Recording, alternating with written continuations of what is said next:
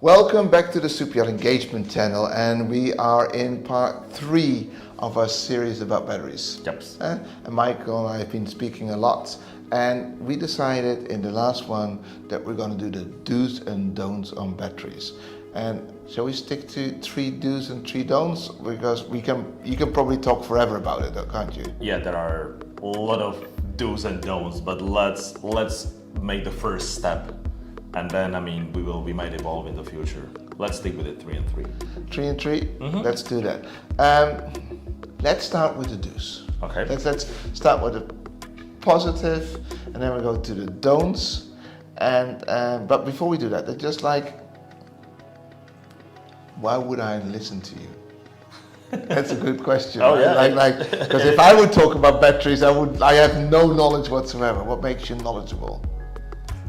What makes me knowledgeable? Yeah, what makes you knowledgeable? Yeah, gosh, I'm in IoT industry for more than 16 years. Yeah. Batteries and energy storage like 80 years. Okay. 6 years in data analytics. So we do know something. Not everything, but we are trying hard.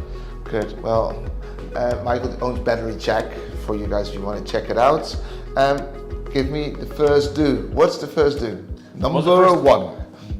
Okay, I will start with don't be afraid. Buy the batteries. They are fantastic technology, Yeah. which we have. Chemistry will be different. Yeah.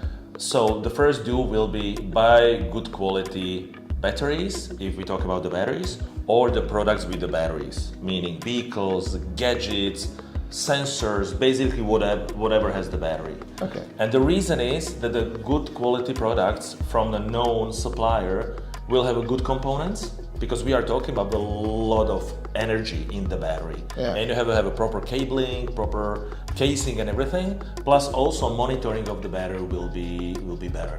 Because if you compare battery and battery, one is cheaper, one is more expensive, and it could be the same battery, there will be some kind of saving somewhere.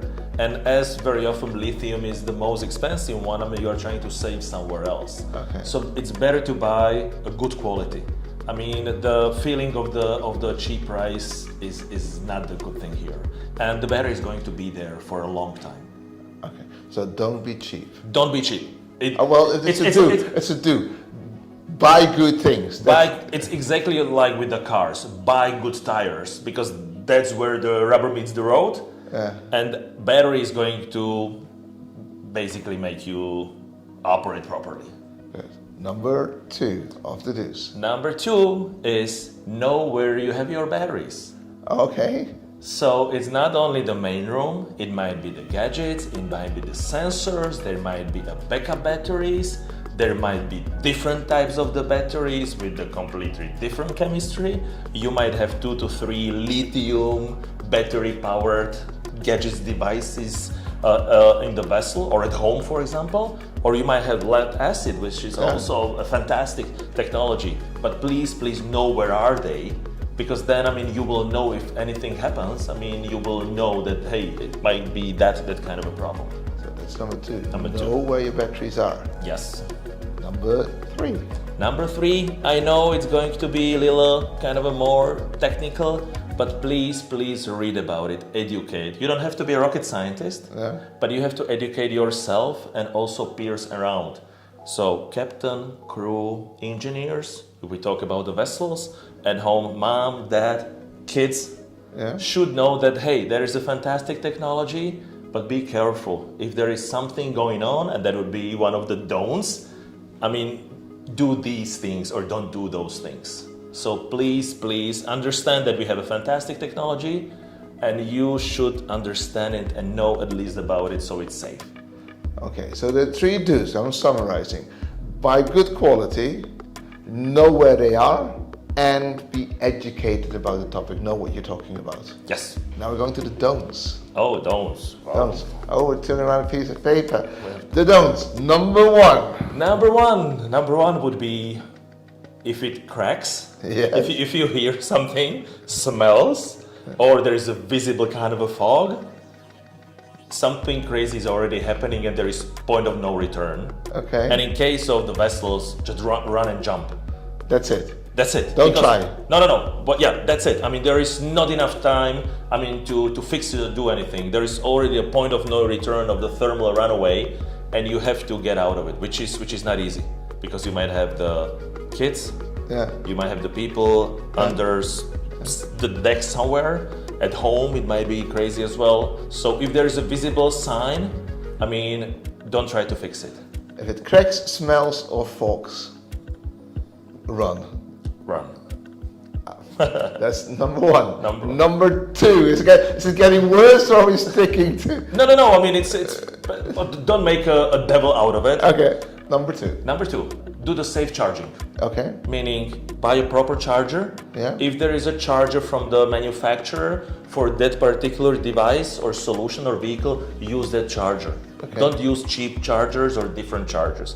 I know how it is. You know, hey, do you have a charger? Give me yours, etc. Which is not the best thing. So please use the good quality charger and don't charge on the sun. Okay. Or when it's cold. Don't use cheap chargers, basically. Be careful of the charging, because the way we use, don't use, and misuse the batteries and devices have a huge effect on the battery life and safety.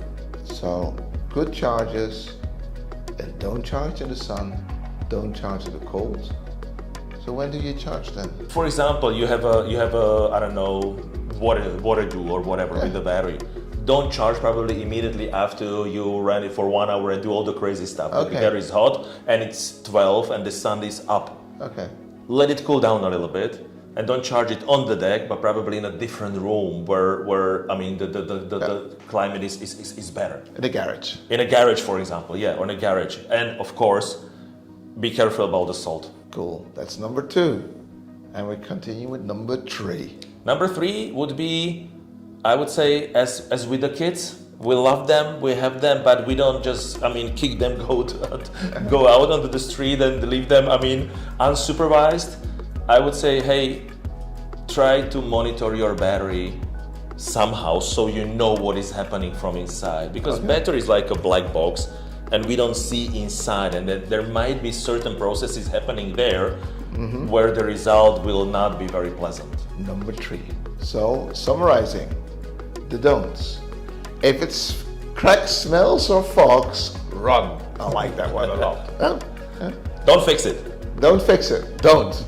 Number two. Don't charge in the sun or the cold. So let things cool down. Charge it in a cool place, and use good chargers. That was number two. And three. Do not leave it unmonitored. That's what you're basically saying. That would be the basics, and depending on the scenario, there will be a bigger drill down what to do and don'ts, but these would be like the basic stuff for anybody. Well, I say if you want to know more, just call him.